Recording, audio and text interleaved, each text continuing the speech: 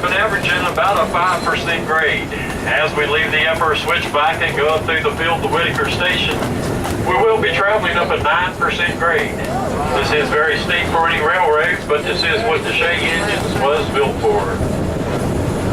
Our engineer today is Dirk, and our fireman is Amy. Amy will be working especially hard on this stretch to keep the steam up. More modern steam engines might have an automatic stepper that makes the goal